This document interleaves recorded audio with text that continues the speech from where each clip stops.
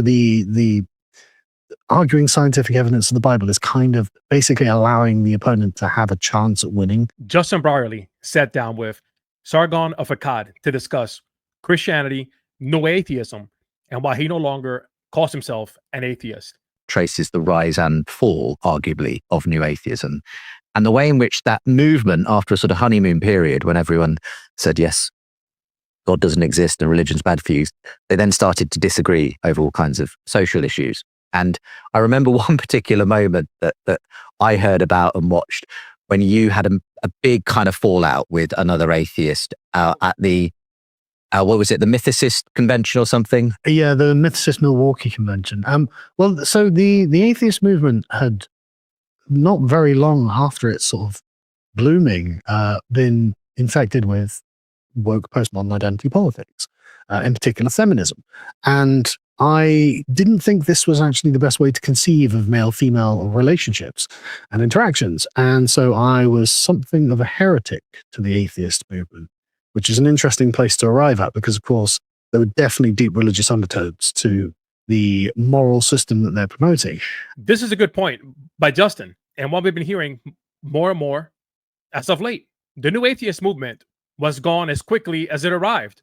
It was a flash in a pan. That is largely due to the fact that most adherents of New Atheism weren't interested in having a dialogue. They just wanted to mock other people's beliefs. They weren't interested in having a real conversation. They just wanted to poke fun. It's interesting to see how many people really bought into this idea that religion is bad for you when you consider that all the studies consistently show otherwise. People who are actively engaged in their faith are healthier across the board, mentally, emotionally, physically, and spiritually, clearly. One of the problems with New Atheism and their unwillingness to engage is that they overlooked the arguments for God. They weren't willing to engage with them honestly. They just wanted to dismiss them outright. So they miss out on arguments like the cosmological argument, the fine-tuning argument, and the moral argument. There's a whole bunch more. These are just some of the more popular that you hear. These arguments point to something beyond just the material world. A lot of New Atheism was just based on rhetoric. And after a while, this got exposed and people grew tired of it. More and more people are realizing that the secular worldview falls short. One of those major social issues that Justin mentions has been this view on sexuality. Richard Dawkins was afraid to answer a question on Piers Morgan because he didn't want to be canceled. Another one of those social issues has been the critique or lack of critique on Islam. This whole woke ideology has had a negative impact across the board, trying to redefine terms to mean something different, the unhealthy critique on manhood, not being able to call someone a man or a woman because you might get canceled. It's ridiculous. All of this got way out of hand. Morality is just one of those things that we can't get away from. It's everywhere. It's ingrained in us. It's almost as if that passage in the scriptures is accurate, right? Who would have thought? Where it says that the law is written on our hearts. I think there's a reason for this. This points to something beyond just what we see. Subjective morality doesn't work. It has to be grounded on something. The question we all have to consider and think about is, what worldview best accounts for morality? What worldview best accounts for the morality that we see, the morality that we, in fact, practice, the morality that we need to live by? And even now, though, I look back and I think, God, their arguments are terrible. Absolutely. I mean, I saw a clip of Sam Harris just from about a year or two ago saying, well, I look up into the heavens and I don't see God, so where is he? And it's like, Sam, after all of this time, how have you not realized that the concept of God is outside of the material universe? Like, I'm an atheist, but your argument is just bad, right? And you fail to understand. But how did the religious right at the time let him get away with these arguments? Well, I think there were some people trying not to let him get away with it. This is what happens when you refuse to engage the actual arguments and are just focused on mocking and winning the discussion, winning the conversation. This kind of approach helps no one. I appreciate what Carl says here. And keep in mind that when he is saying this, he is still an atheist. I do disagree with Carl on one thing. I think Sam did know and does know that the concept of God is outside the material universe. He's just more focused on mocking and strawmanning the argument. This goes for all of us, but for Christians specifically, we want to make sure we understand what the other person is arguing for or against. We want to make sure we have a good grasp on their worldview. We want to make sure we have a good grasp on the argument that they are making. Otherwise, we fall into the same trap that Sam Harris did. We want to make sure that we present their argument accurately. Now, Justin pushes back on this a bit, but I think Carl is right. For far too long, Christians let people like Sam Harris get off easy when they made these absurd statements. We should have called it for what it was. As Christians, we need to be prepared to engage in these conversations. We have to make people defend their claims. We have to expose the faulty thinking. Kind of apologetics that to some extent Bethel represents. There is a kind of objective evidence for, the historicity of scripture, and there are good philosophical arguments of God. That's not going to move you. No, and I think that you're actually playing on the enemy's turf too much with those sorts of arguments. Not to like I think that what you have to do is have a narrative that's so persuasive and so compelling, and something that is heroic to people that they can't help but feel enchanted by it, because the point of it is trying to bring magic back to the world. And so, I'm a very big fan of mythology generally, and it's the enchanting nature of it. Like, I don't care if Beowulf was a real person or not. The stories and the heroism matter, regardless. And so the arguing scientific evidence of the Bible is kind of basically allowing the opponent to have a chance at winning, and they can't win on the narrative side. This is a great question by Justin. Essentially, he's asking Carl, what would it take to persuade him that Christianity is true? And I like Carl's response. I think sometimes Christians get too caught up in just the facts of the faith, which are very important, but it's more than just that. This is one of the reasons why I appreciate existential apologetics.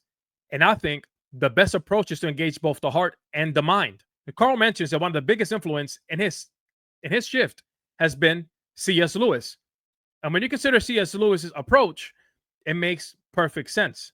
Honestly, I think it would be cool to see Carl talk to someone like Jonathan Pageau or Martin Shaw, since some of what he describes are things that they've talked about as well. These are things that they specialize in. I will push back a little bit on his argument pertaining to science and the scientific approach. As Christians, we believe that all truth is God's truth.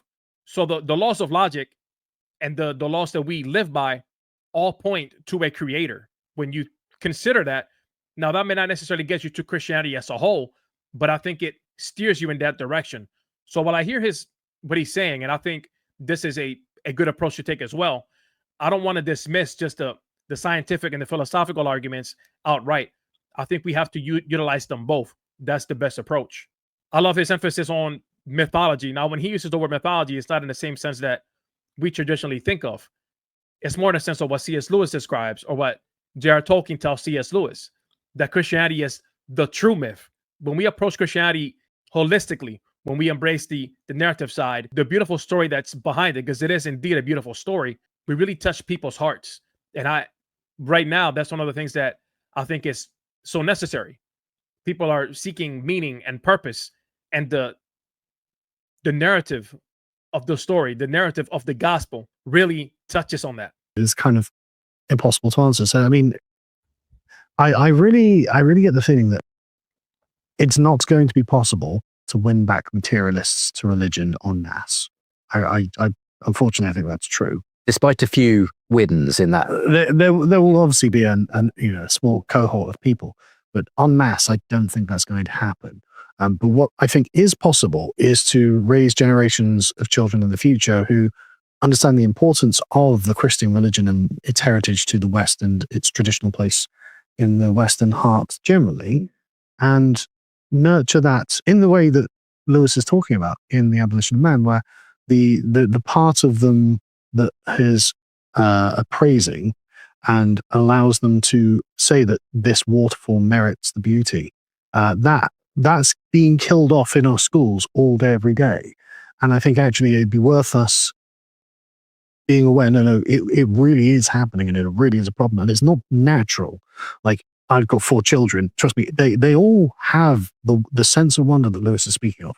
They will be those people that Gaius and Titus are slowly but surely killing off, and we have to be very conscious of that. And if I mean, if I were given control of the education system now, it would look very different and probably very Christian. It's interesting to hear him say that if he was in charge of the education system, it would look very Christian. I think what we're seeing is across the board, right, is this shift towards Christianity. Now, a lot of times we have to be careful because we know some people are using this term very loosely, and what they really mean is cultural Christianity. So we want to be careful there. But I think what we're seeing is people are realizing their eyes are being opened, and they're just coming to terms, right? That the world that we live in, particularly here in the West, is only possible because of Christianity. The things that we appreciate, the things that we value, are all byproducts of Christianity. There's no way around it. I love his focus here on children, right, and the sense of awe. And I would agree. I think when we look at the public school system and the way things are kind of playing out, such a focus on the intellectual side, which is important, which is valuable, and that's something we need to continue to emphasize. But we shouldn't be neglecting the imaginative side. And I think that's where he's getting at, this idea of wonder. When we observe the world around us, there's a lot of wonder there. There's no way to just ignore that, right? When we see the world and when we go out to the beach, we see the ocean. When you look at space, you look at the stars, there's a sense of awe, right? And I think that's being lost a bit. Later in the conversation, she talks about this idea of fiction and how Christians need to get back to writing good fiction. And I would agree 100%. This is something that has been lacking. We need to have Christian authors that are really writing in the way similar to what C.S. Lewis and J.R. Tolkien was, and how they were writing. And I think we need to, as Christians, we need to go back and read more of those books. I'm personally not as well versed with a lot of C.S. Lewis fiction, but that's an area that I need to grow in and kind of get more familiar with his writings, particularly The Abolition of Man. I've heard that mentioned and referenced so many times. He talks about the church earlier in the conversation and this idea of the hymns and kind of how he prefers the hymns over more of the contemporary music. And I can see that, right? I think there's been a bit of a shift in that as well. Something that I really appreciate that J. Warner Wallace mentions in his book, Person of Interest, is when churches were built back in the day, right, shortly after the apostles, around the apostles' time, the structures were built in a specific kind of way to create this sense of essence, this sense of awe, this sense of reverence for the God that they were worshiping. They looked at it as a way for them to connect with God and in a way of, in a sense, to bring heaven down. And I think that's beautiful. And when you look at some of these more modern church buildings, I can see how the lack of that sometimes hinders us. Let me know what you think in the comments. Maybe drop in some C.S. Lewis quotes. What's your favorite quote from C.S. Lewis? But I appreciate you tuning in. I'll catch you next time.